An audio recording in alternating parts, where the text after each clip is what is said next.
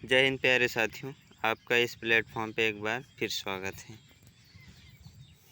आज से हम पढ़ने वाले हैं भूआकृतिक विज्ञान के बारे में। तो चलिए शुरू करते हैं। भूआकृतिक विज्ञान क्या है?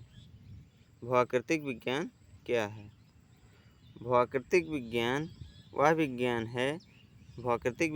विज्ञान है जिसके अंतर्गत स्थल रूपों की विशेषता एवं उनकी उत्पत्ति, प्रक्रिया एवं निर्माण, भूआकृतिक प्रक्रम के स्वरूप एवं उनकी क्रियाविधि का व्याख्यात्मक अध्ययन किया जाता है।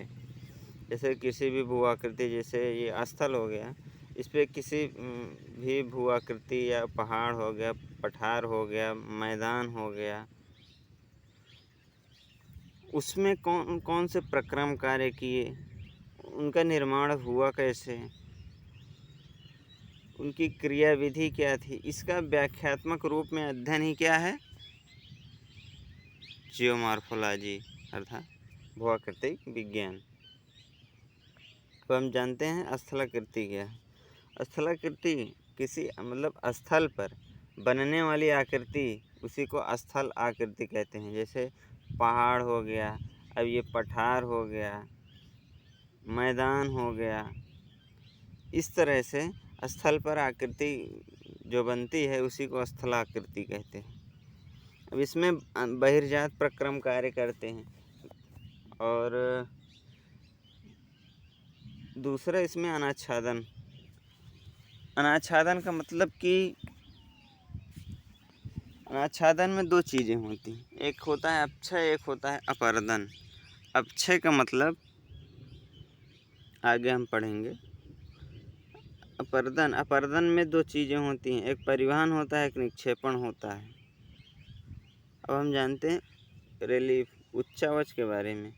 उच्चावच वही जो बताया स्थलाकृति, पृथ्वी के भूपरपटी पर बनने वाली जो ऊबड़ खूबड़ आकृति, ऊपर नीचे गड्ढे या तालाब या पहाड़ या नदी, इन सब आकृतियों को ही इसके अंदर रखा जाता है। यही सब उच्चावच है। उच्चावच 3 श्रेणियों में विभाजित है। पहला प्रथम श्रेणी के उच्चावच। प्रथम श्रेणी में महाद्वीप तथा महासागर आते हैं। द्वितीय श्रेणी में क्या होता है कि इसमें जो महाद्वीप है, कोई महाद्वीप है, उसमें जो बनने वाली आकृति, महाद्वीप मतलब स्थल हो गया। तो यहाँ इस महाद्वीप में जितने भी पहाड़, पर्वत, मैदान, पठार, ये सब द्वितीय श्रेणी के उच्चावच में आते हैं। तृतीय श्रेणी के उच्चावच में जैसे स्थल आकृति है, उसमें अपर्दन से बनने वाली आकृति, जैसे नदी हैं, नदी बहती हैं, तो उसमें जैसे नदी बह रही है तो पानी का वेग तेज है, तो यह अपर्दन करेंगी। अपर्दन करने से यहाँ पर भी आकृति में परिवर्तन होगा, यहाँ पर भी आकृति में परिवर्तन होगा आगे। तो इससे हम कह सकते हैं कि अपर्दन से बनने वाली आकृति को ही तृतीय श्रेणी में रखा जाता है। ये तृतीय श्रेणी के उच्चावच होते हैं।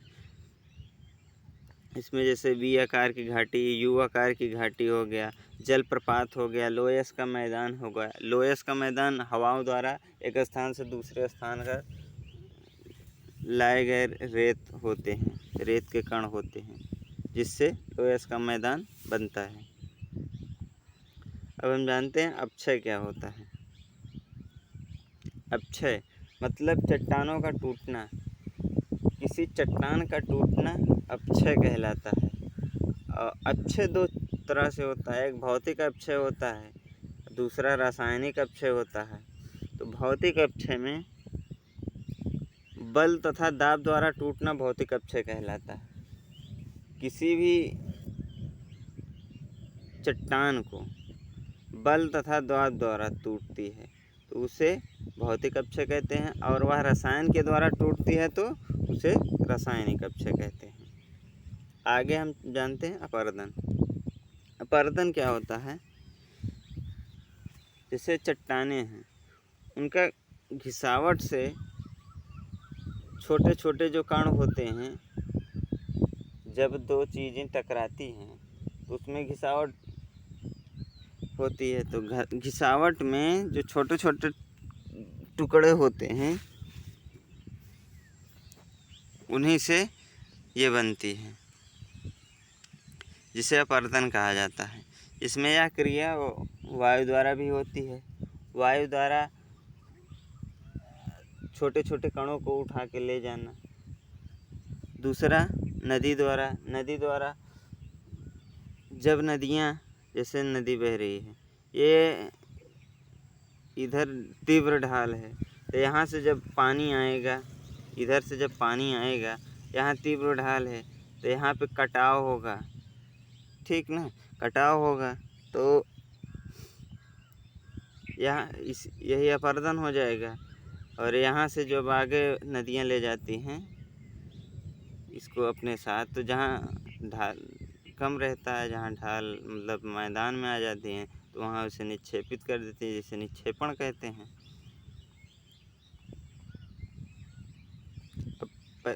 परिवहन के बारे में जानते हैं। परिवहन क्या है? परिवहन मतलब एक स्थान से दूसरे स्थान तक ले जाने की प्रक्रिया होती है। जैसे वायु द्वारा, अब हम उदाहरण लेते हैं, वायु द्वारा अपरदन कैसे होता है।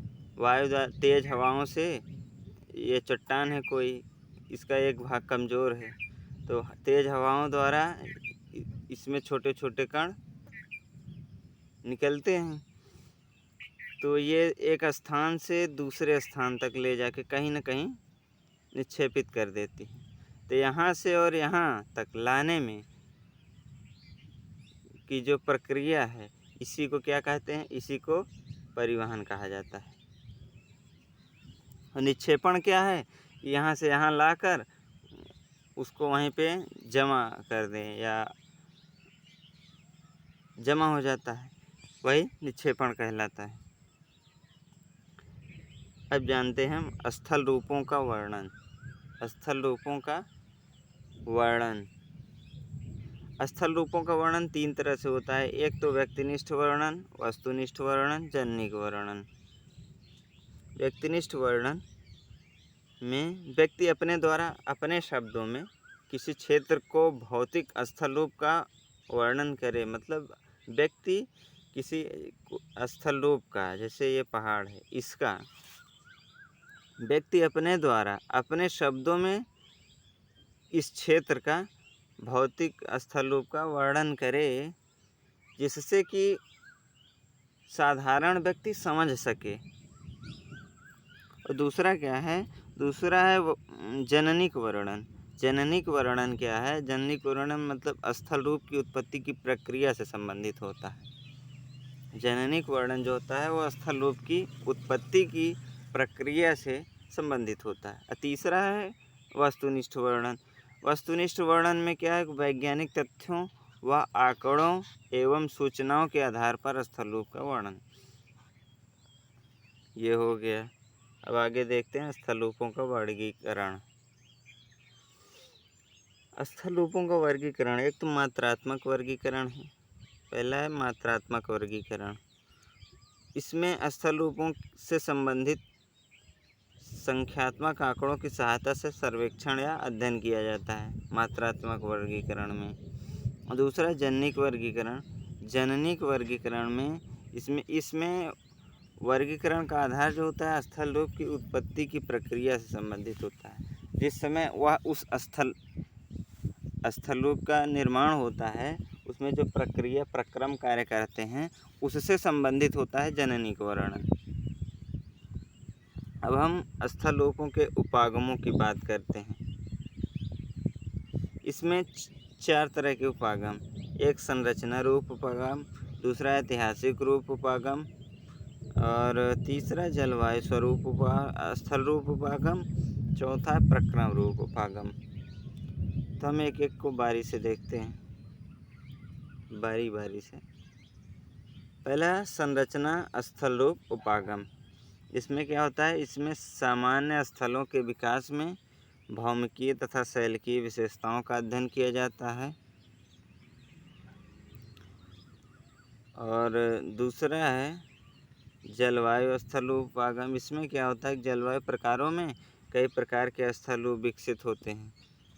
जलवायु द्वारा मतलब उसमें कई प्रकार के स्थलरूप विकसित होते हैं तथा प्रत्येक जलवायु प्रकार अपने स्थलरूप का विशिष्ट समुदाय उत्पन्न करता है। तीसरा क्या है, तीसरा ऐतिहासिक या कालानुक्रम उपागम। यह उपागम समय के साथ स्थलरूपों में क्रमानुगत परिवर्तन होता है। इसमें समय के साथ क्रम बाई क्रम परिवर्तन होता है। अब चौथा क्या है, चौथा प्रक्रम रूप उपागम। इसके अंतर्गत स्थल रूपों में भूआकृतिक प्रक्रमों के संबंधों का निर्धारण किया जाता है। चौथे में क्या है, इसके अंतर्गत जो स्थल रूप एवं भूआकृतिक प्रक्रम, जैसे ये स्थल आकृति है, अब इसमें भूआकृतिक प्रक्रम जो कार्य कर रहे थे और उनके मध्य जो संबंध है उसका निर्धारण किया जाता है प्रक्रम रूप उपागम में। तो आज के वीडियो में बस इतना ही, मिलते हैं अगले वीडियो में।